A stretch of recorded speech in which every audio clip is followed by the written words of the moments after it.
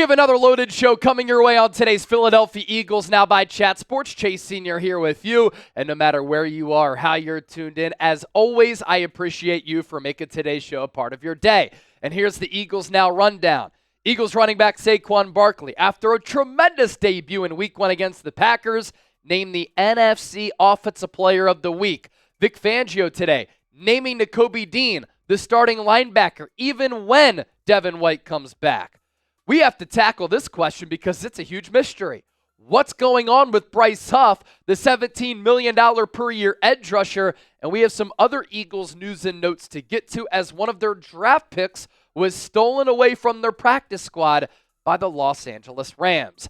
Let's begin here with Saquon Barkley. This morning he was named the NFC Offensive Player of the Week on this Wednesday, September 11th, and he deserved it. No offensive skill player was better than Saquon to kick off the 2024 campaign. And after that terrific Eagles debut, he's honored with this weekly award. And here's what he did in Brazil against the Packers. A couple of wow plays for Saquon. 24 carries, 109 yards. He's able to average 4.5 yards per carry through the air. 2 catches, made his impact felt. 23 yards, 11.5 yards per catch.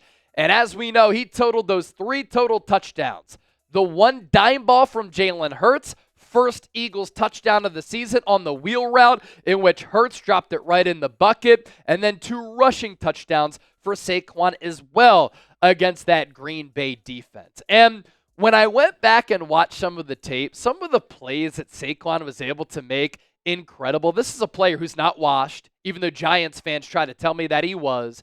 This isn't a player who's declining. He is still quick, explosive, fast, physical, nimble, and we saw that especially on one of his touchdown runs.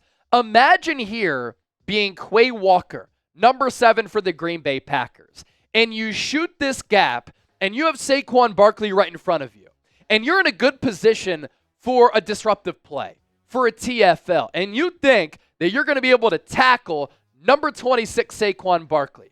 But look at the eyes of Saquon Barkley as we break down the film here. He sees Quay Walker shooting through that hole, but then Saquon Barkley, with his short area quickness and burst, able to cut to the right, and he crosses up Quay Walker like an old school Allen Iverson crossover. Look at him break his ankles right here. Quay Walker is like, oh no! And he quickly realizes, I don't think I'm going to be able to make this play. And in a blink, Saquon Barkley, with the explosion, goes right past Quay Walker. And I love how he's crossing the goal line. Just gives a little hop into the end zone. And then kind of did that trademark touchdown celebration he did at Penn State, where he's going like this, so excited. That's the ability of Saquon Barkley. We saw it on display in his first game as an Eagle. It has to make John Mara, the owner of the Giants, absolutely sick. And Philadelphia is a city that always loves quality running back play. And Saquon Barkley is a very marketable player. He's from the Lehigh Valley. He went to Whitehall High School. He played his college ball at Penn State. And how about this list here? Top 5 selling jerseys in the National Football League going into Week 2. Saquon Barkley has 2 of the top 5 selling jerseys in the NFL. The second highest sold jersey behind Caleb Williams of the Chicago Bears, it's the Saquon Barkley Kelly Green. I just got mine as I walked into work today. C.J. Stroud at number 3, Bo Nix at number 4. Then it's Saquon Barkley again in the midnight green. So actually midnight green here, that's this jersey. The Kelly green, number 26 at number 2. Really impressive, and Eagles fans are elated that he is ours. So thank you to the New York Giants for not signing him, not being able or willing to pay him, and allowing Howie Roseman to say, you know what, we'll take number 26 off your hands because he can change the dimension of our offense. So if you're pumped up that Saquon Barkley is an Eagle, I want you to hit that thumbs up icon and like the video right now. Story number 2 here on the show. Nakobe Dean has been named the starting linebacker for this Eagles defense by defensive coordinator Vic Fangio. Fangio met with the media today, and he said even when Devin White comes back off his ankle injury, Dean will still be the starter. Now, we talked about this 2 weeks ago here on the show. Remember the Jeff McLean report? There were a lot of people chirping myself and Chip in the comment section saying, it's ridiculous that you're talking about this. There's no way that Devin White is going to lose the starting role to Nakobe Dean. We explained why that could be the case. It ended up happening, and with how well Nakobe Dean played against the Packers, he's not going to relinquish that role. And against Green Bay, I thought he played really good ball. Went back, watched the tape. I was very impressed with what he did.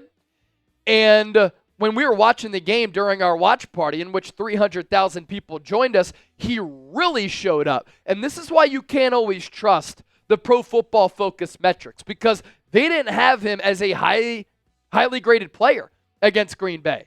He only had an overall PFF grade of 29.3, a run defense grade of 34.6, a pass rush grade of 50.2, and a coverage grade of 40.2. He played so much better than those awful grades on your screen right now.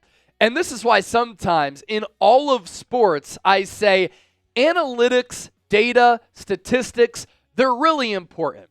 But you can't go all in on analytics. Your eyes don't lie to you. Sometimes you have to make gut decisions, right?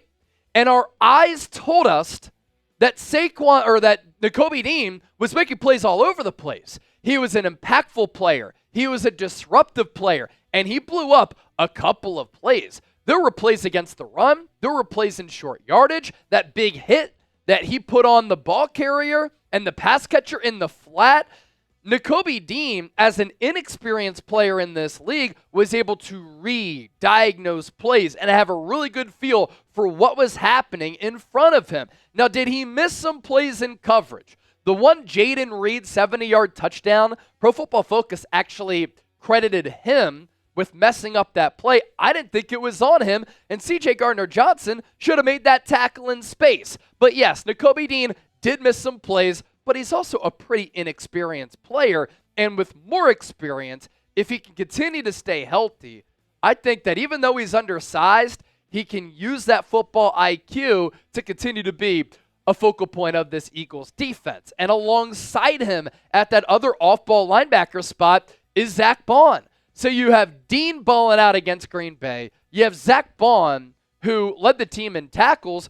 Where is there a spot for Devin White in the starting lineup? That's why he's lost his role. Fangio saying that he was impressed with what Baun did, as were all of us. And he also said Philadelphia is going to continue to utilize his versatility, because the New Orleans Saints had primarily used him as an edge rusher. The Eagles did a little bit of that. He had 2 sacks, but they used him as an off-ball linebacker as well. And Zack Baun's Pro Football Focus grades against Green Bay were really good. And I actually buy stock into these grades, not Nakobe Dean's grades. Overall grade of 76.2, pass rush grade of 77.9, run defense grade of 62.4, and a coverage grade of 78.9. He logged 2 sacks. One of those sacks ended the game against Malik Willis. 15 tackles, 12 of which were solo, 2 TFLs, and 2 quarterback hits. And obviously Howie Roseman doesn't like to invest a lot of money into the linebacker spot. Barely paid anything to Zack Baun, and Nakobe Dean, as a former third-round pick, is not making that much money either. But if they could continue on this ascent and they could continue to have this quality of play for this Eagles defense, it's really going to help this unit out at that second level. So where does this leave Devin White? Fangio said today he will still have a role. What I would do, Devin White is really disruptive and really talented when he's used as a blitzer, when he can kind of not think too much, pin his ears back, use that speed, burst, and athleticism to get after the quarterback. What did the Eagles struggle with against Green Bay? Rushing the passer. I would use Devin White at times as a stand-up edge rusher. Why not? He's really good in excelling in that role. If you like what you're seeing here on today's show, this is the standard for Eagles Talk here on YouTube, and this is what we do on a daily basis. Be sure to hit that subscribe button. We're closing in on 100,000 subscribers. So far, we've hit these 2 stories. Saquon, Player of the Week. Nakobe Dean, named the starter. Next, what's going on with Bryce Huff and an Eagles rookie poached off their practice squad? Stay tuned for that. But first, let's give a shout out to today's sponsor, ZBiotics. Get 15% off at zbiotics.com/chatsports. You can also scan the QR code on your screen right here. This is really an incredible product. Pre-alcohol is the world's first genetically engineered probiotic. It was invented by PhD scientists to tackle rough mornings after drinking. You know what happens after our watch parties, right? When we get crazy, I have to take down some ZBiotics because when you drink, alcohol gets converted into a toxic byproduct in the gut. It's this byproduct, not dehydration, that's to blame for your rough next day. Pre-alcohol produces an enzyme to break this product down. The science behind this is wild. Just remember to drink this probiotic before drinking alcohol. Drink responsibly and then get a good night's sleep to feel your best tomorrow. The first time I tried ZBiotics was last year after a watch party. As instructed, drank a bottle of pre-alcohol before any alcohol, and I was amazed at how good I felt the next day.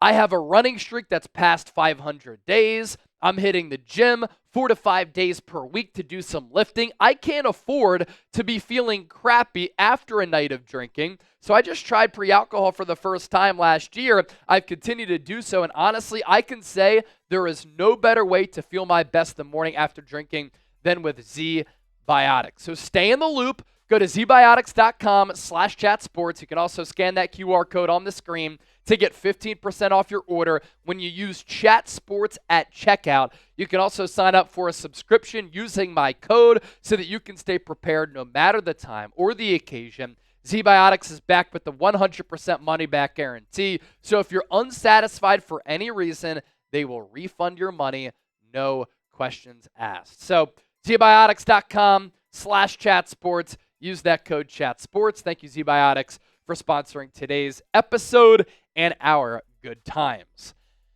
Next up here on the show, what is going on with the big-ticket free agent acquisition in edge rusher Bryce Huff? Vic Fangio said today in order for him to play more, he needs to separate himself from the other guys. That is not what you want to hear from a player who you gave $34 million in guaranteed money to during NFL free agency.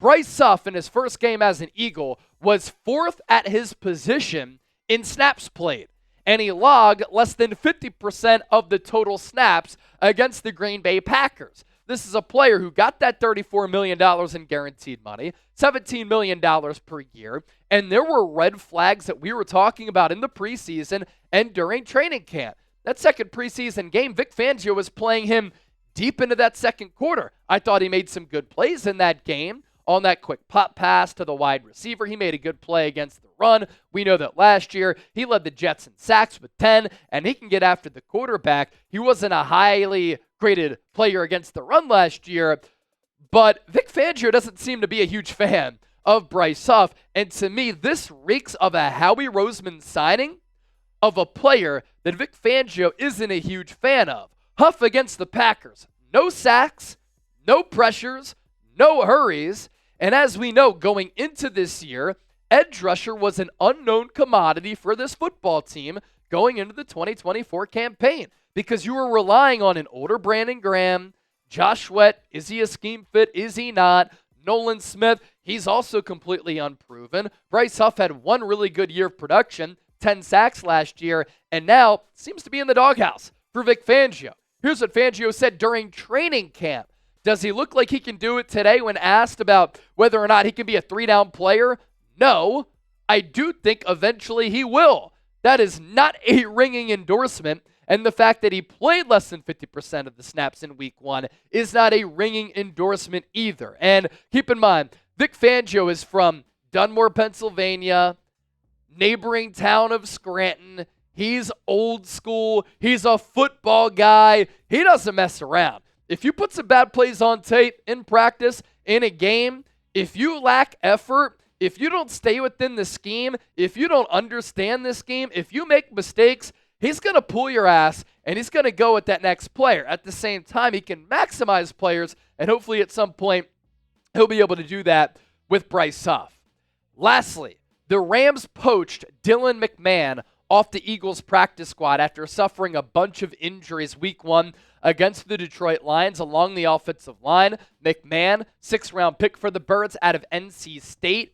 He did not make the initial 53-man roster for Philadelphia, but he was brought back to the practice squad after clearing waivers, and the Rams really had no choice but to go about it in this way, in which they had to steal some players off other practice squads and sign MacMahon to their active roster because they were down bad along that offensive line. So athletically, I think that Dylan MacMahon has some promise. He's agile. He had nearly 50 starts while in college and at NC State last year. I thought he showed some good stuff on tape. Didn't make the initial 53. Now Philadelphia is pretty light as far as center depth goes. Nick Gates might be the next man up, which is a huge concern. The bright spot is Cam Jurgens looks to be the real deal. Be sure to give me a follow on social media at Chase_Senior. I'm on X. I'm on Instagram. I put out a lot of football content on the social media pages, so give me a follow and be sure to say what's up.